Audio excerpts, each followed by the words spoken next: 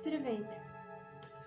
Ще погледна какви ще бъдат генералните тенденции за зодия Телец през месец юли 2024 година.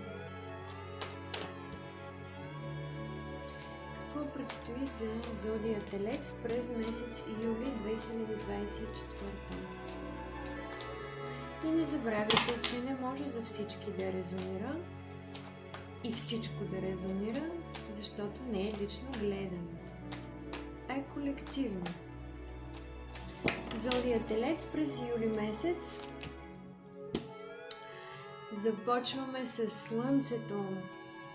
Здраве, успехи, щастие. Възможно е някакво ново начало, което сте започнали много вероятно в работен план или нещо, което много обичате и това да ви издигне много, да ви донесе много големи успехи. Доста позитивни неща идват към вас. Много е вероятно да се занимавате с Лъв, човек от зодия Лъв. Много голямо щастие в семейството.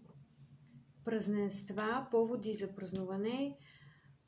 Някои може да решат да сключват брак, да узаконят връзката си. При много хора от телците, които не са вървели нещата до момента в семейството, в отношенията, то вече настъпва един период, препятствията се махат от пътя ви и нещата се задвижват.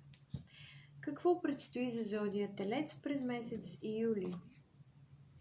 Да, край на някаква тежка карма. Десятка мечове означава, че сте си платили данъка. Данъка не на държавата, а данъка на кармата на Вселената. След като приключвате един много тежък период от живота си, изгрявате наново, Слънцето ви отваря пътищата. Свързано е с семейството. Много е вероятно някои хора от вас скоро да са загубили някой или да преживяват някаква тъга по загубата на даден човек, член от семейството. Също така, тези, които са имали любовни, тежки отношения, предателства, изневерие и са го преживели тежко, то вече се оттърсват от тази енергия и започват да живеят. Какво предстои още за зодия Телец през месец юли? Ново начало. Предстои ви ново начало. Също така, на чисто битов план, много скоро ви предстои някакъв разговор, който ще ви разкрие дадени неща. Много е вероятно някаква истина да разберете, което, когато я разберете, ще се очудите, но ще ви олекне, ще ви стане хубаво. И все пак тази комуникация поставя началото на нещо ново. Какво идва за зодия Телец през месец юли? Още.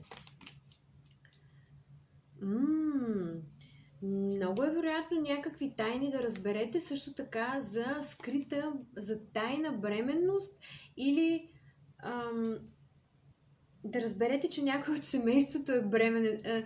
Значи, доста хора така, днеска, на които съм правила прогнози, излиза тази бременност. Явно период на бременностите, на ражданията. Щом така се случва, значи така не е правилно. Аз не съдя нищо, просто казвам. Така, някаква истина излиза наяве, да. Още за тези хора, още за зодия Телец през месец юли.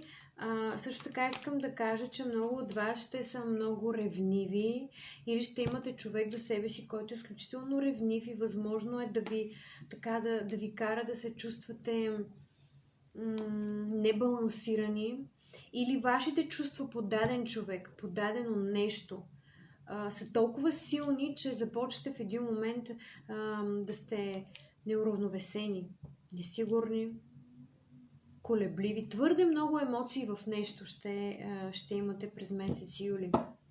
Още за зодия Телец. Какво се случва с тях през юли?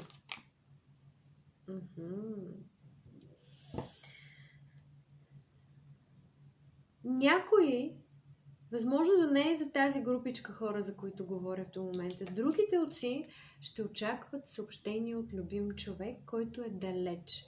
Или дори да не е далеч, просто комуникацията в момента куца. Няма я никаква.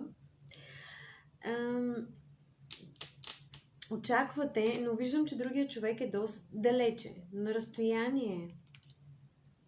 Чувствате, че това е вашата сродна душа. Желаете го този човек там, както сексуално, така и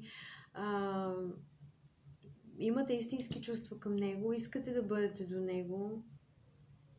Още за тези хора, телците.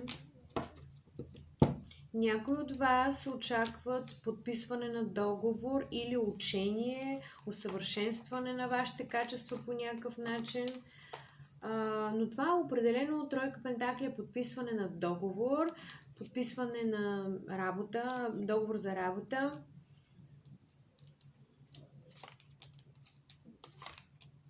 Да, очаквате, но възможно да се забавят нещата. Възможно е това с работата да не е точно така, както сте си го представили.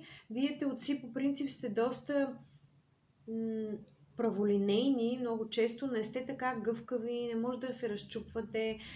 Инати, така да кажа, каквото сте си го наумили, така искате да се случи. Ако не се случва, сте дълбоко разочаровани.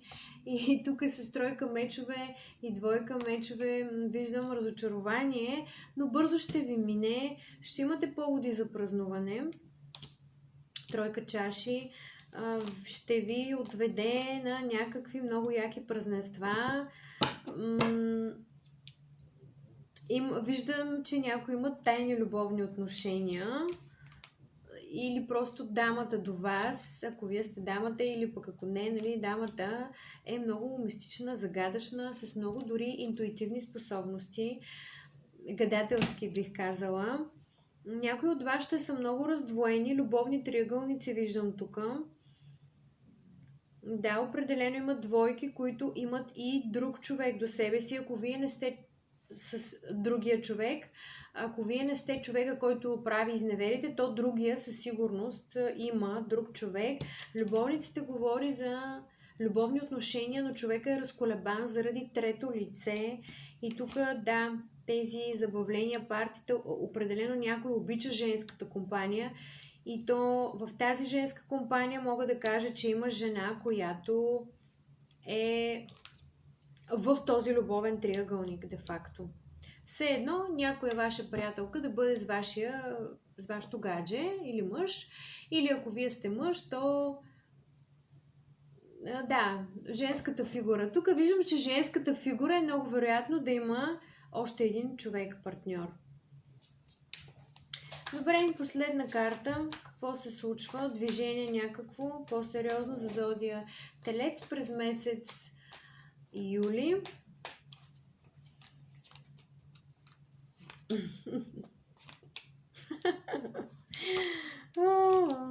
Така, за други хора, за други телци, виждам тук завръщане на някакъв любим близнац, лъв, стрелец или овен. Мъж, много така нарцистичен, много манипулативен бих казал, но много страстен и огнен. Човек, с когото сте имали стари отношения, който може би или вие сте го напуснали така леко брутално, или той брутално ви е напуснал. Брутално имам предвид, че дори не ви е казал, че ви напуска, така измъкнал се като по терлички и въобще не му е пукало. Но тук виждам завръщане на стара любов. Стара любов. Рак, риба, скорпион също като енергия виждам. И какво между тях? Какво ще се случва? Охо! Хора! Ами какво да се случва? Тази стара любов тук отива към брак. Абсолютен брак. Това е предложение за брак. Това е отново подновяване на любовта, започване по нов етап по нов начин двамата. Много любов, много емоции тук. Възможно рак, риба, скорпион. Не знам казах ли, не казах ли. Но тук отношенията ще започнат все едно на ново. Сега, много е вероятно двама души да се срещнат и от пръв поглед да разберат, че те са един за друг и все едно от предишен живот сте имали отношения. Понякога шестица чаши говори точно за това.